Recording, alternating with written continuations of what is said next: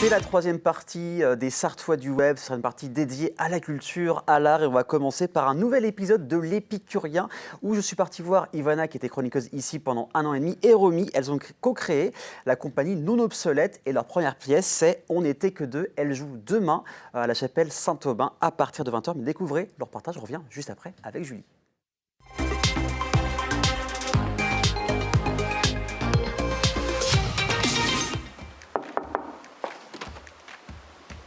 Salut LMTV! Ça va, mais elle est rentrée. Bon, par contre, essuie tes pieds, mais... Allez, viens.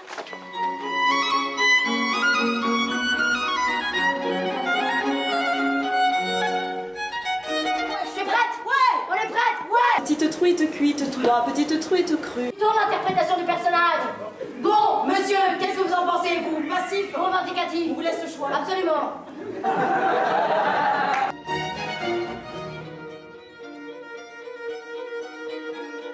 Oui, super. Ça va et toi? Ça va super. On parle de votre spectacle qui aura lieu le samedi 19 novembre en Sarthe. Alors on va reparler un petit peu de la compagnie Non Obsolète. Quelques mots, ce que c'est cette compagnie. Cette compagnie, alors elle est non obsolète déjà pour commencer.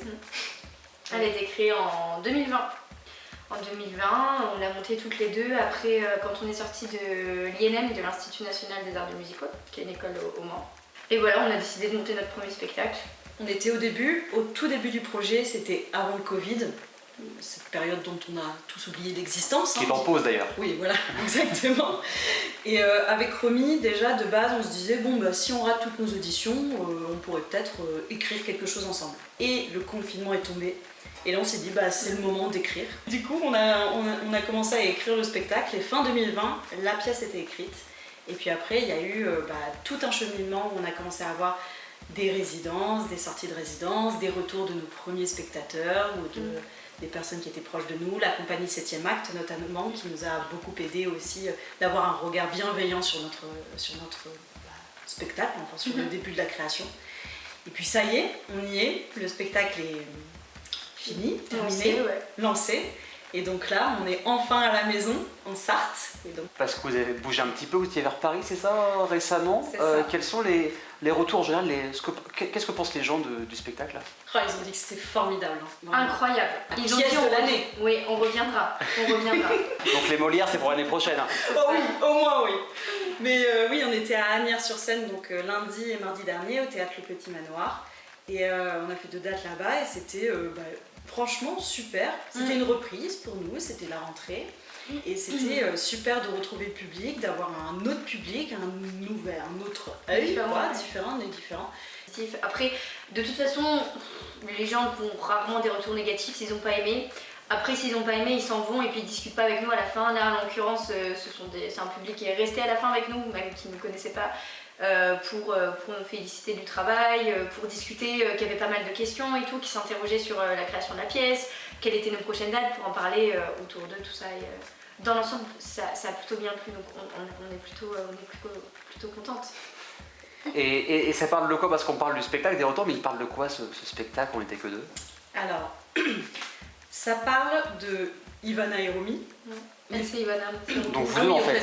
Oui, on n'était que deux, ça parle de nous deux. Ça parle de Ivana et Romy qui sont tout juste diplômés, qui n'ont pas d'argent et qui décident de monter un spectacle ensemble.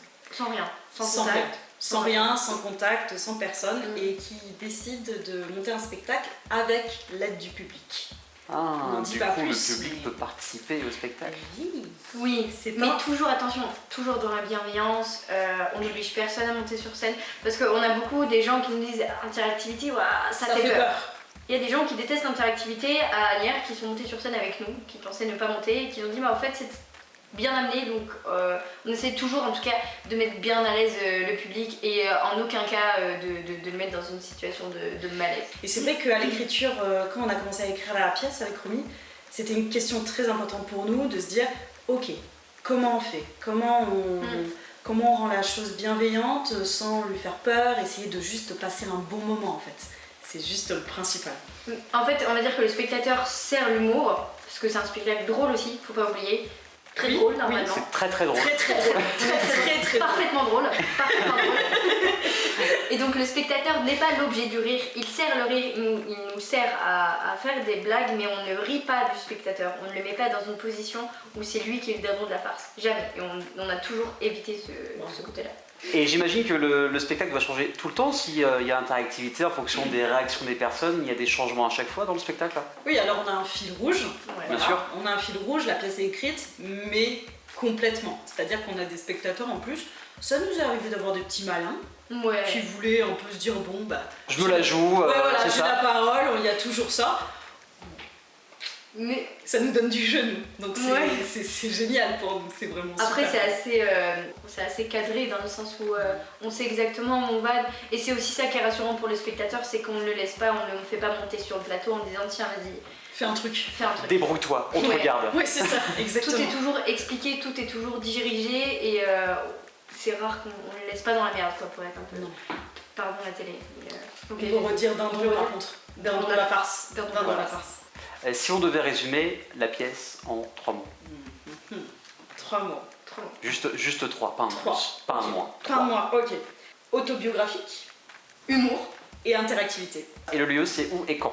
Samedi 19 novembre à 20h30 à l'espace culturel Loré du Bois à la chapelle Saint-Aubin. C'est proche du Mans, Il y a la des salle bus. est super, il y a des bus. C'est des bus, je crois. Hein. Pensez, Il y a des bus, pensez il y a au des covoiturage. Je sais pas, un copain qui vient en voiture, il y a de la place dans sa voiture ou dans le coffre. Et puis comme notre public est sympa, même si vous venez en bus et vous ne savez pas comment repartir, mais il n'y a pas de souci, vous avez bien trouvé quelqu'un dans le hall pour vous ramener en centre-ville. Exactement. C'est sûr.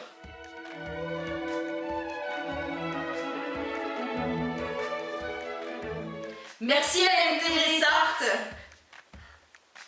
et Aurélien aussi.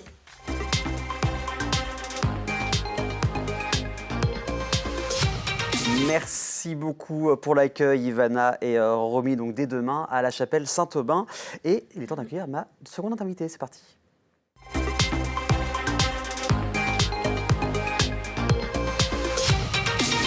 La curiosité n'est pas un vilain défaut. Non, non, ça tombe bien parce qu'on va parler de curiosité avec Julie. Salut Julie, comment vas-tu? Bonsoir Aurélien, je vais très bien, merci. Alors, on va parler de culture, d'art, de vulgarisation de la culture. Donc, tu es médiatrice culturelle indépendante et tu as créé Curiosité. C'est quoi exactement ce que tu as créé, Curiosité?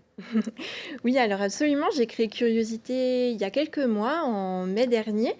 Et donc, c'est effectivement une auto-entreprise de médiation culturelle.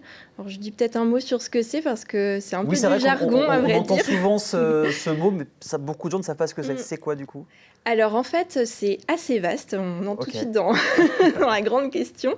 En fait, pour le résumer simplement, c'est tout ce qui va aider à la rencontre entre une œuvre et les différents publics qui peuvent venir la voir. D'accord. Donc ça peut très bien être des dispositifs qu'on trouve voilà, dans un musée par exemple, ça peut être du texte, mais ça peut aussi être un atelier animé par un médiateur justement, une visite plus classique, voilà, il y a plein de formats. Et donc voilà, ça englobe tout ça en fait, la médiation culturelle. Donc pas mal de choses. Ça veut dire Mm. plusieurs publics. Avec ce que tu proposes aussi, tu parles à différents types de publics et tu adaptes aussi ces animations et ce que tu proposes, Oui. que ce soit à des enfants de primaire ou à des personnes à la retraite. Qu'est-ce qu'il y a comme différents types d'animations ou de services qu'il y a avec Curiosité? Alors c'est effectivement très adapté en fait à chaque typologie de public et puis même à chaque groupe en fait, puisque Oui. même au sein d'un même public finalement un groupe, je ne sais pas moi, de très jeunes enfants à côté d'un autre groupe de très jeunes Oui, ça enfants, peut changer. voilà, ils peuvent réagir de manière très différente. Donc pour justement le très jeune public, je suis plutôt sur une offre autour de la notion de conte en fait. D'accord. C'est vraiment une approche que j'affectionne beaucoup, le fait de passer par les histoires pour toucher les plus jeunes.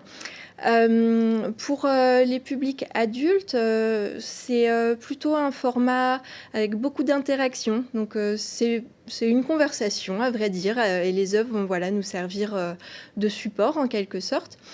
Et puis il y a aussi un format plus original, je dirais, que je propose d'ailleurs demain, les respirations culturelles. Oui, j'ai vu ça, on est pile dedans. Il y a demain et la semaine prochaine. Exactement, C'est voilà. ça. Donc ça, c'est quelque chose qui me tient assez à cœur puisque c'est un format que j'ai conçu en ayant en tête les problématiques des personnes, notamment malades chroniques ou en situation de handicap, qui peuvent avoir des difficultés à se rendre dans les lieux culturels Oui. et qui peuvent aussi avoir des difficultés à maintenir leur attention sur une durée trop importante. Donc les respirations culturelles, c'est une proposition durant laquelle on ne voit qu'une seule œuvre. D'accord. Et on part vraiment dans l'observation pour pouvoir en fait passer un moment plutôt relaxant. C'est vraiment à mi-chemin entre une relaxation et une animation de médiation. Et donc voilà, ça c'est plutôt pour les adultes aussi, dès 15 ans, juste qui ont envie de passer 30 minutes cool On auprès pense à d'une autre œuvre. chose, C'est ça. ça permet d'avoir un peu plus de culture générale en plus. Donc il y a demain, samedi 19 novembre à 10h30 et le jeudi 24 novembre à 18h. Absolument. C'est Oui. ça. Il y aura ces rendez-vous, il y en a tous les mois? Oui, là j'ai planifié 2 rendez-vous par mois jusqu'en janvier et puis je continuerai le programme à partir de l'année prochaine, de 2023. Est-ce qu'il y a des projets qui vont arriver pour 2023, d'autres animations, d'autres événements? Qu'est-ce qui va se passer pour cette jeune entreprise qui est Curiosité? Eh bien, j'aimerais beaucoup développer des partenariats avec des structures médicales, D'accord. toujours dans cette particularité qui est voilà, la bienveillance et le travail avec des publics qui peuvent avoir des difficultés à accéder à la culture. Et puis, en parallèle, il y a aussi des projets alors, qui sont encore un petit peu secrets. On va pas tout dire. On va pas tout dire, mais il se peut qu'il y ait des partenariats un peu à la croisée de différentes disciplines, notamment avec de l'opéra dans ce projet. Eh bien, affaire à suivre. De toute façon, on peut te suivre sur les réseaux sociaux. Il y a Absolument. LinkedIn, il y a Facebook, il y a Instagram. Et c'est vrai, dernière question, c'est vrai qu'on... Moi, j'aime beaucoup savoir comment est venue cette passion pour l'art et la culture. C'est venu à quel âge et c'est venu comment? Eh bien, c'est venu au cours de mes études. Alors, dès le lycée, c'est vrai que ça m'a intéressée. Ouais. J'avais envie de tout apprendre, Ok. un peu toutes les disciplines des sciences humaines. Et puis, voilà, j'ai fait une prépa lettres, donc j'ai engrangé un bon bagage plutôt littéraire. De là, j'ai eu envie de partir sur l'histoire de l'art, donc je suis entrée à l'école du Louvre. Et puis, assez vite, en fait, je me suis rendu compte que engranger les connaissances, ça ne me suffisait pas. Et j'avais aussi envie de les partager après. Ok. Donc, c'est comme ça que j'en suis venue à la médiation. Donc du partage avant tout, de la bienveillance. Donc, du coup, Exactement. n'hésitez pas à contacter Julie sur Instagram, LinkedIn et Facebook. Merci beaucoup d'avoir accepté l'invitation. Avec plaisir, merci à Et toi. bon, on se retrouvera sur les projets, hein, peut-être l'année prochaine. En tout cas, on croise les doigts pour que ça aboutisse. Dans quelques instants, on va sortir en Sarthe pour la semaine prochaine avec beaucoup d'événements. Il y a de quoi faire comme toutes les semaines en Sarthe. Ce sera avec Amy, mais ça, c'est juste après la pub. À tout de suite.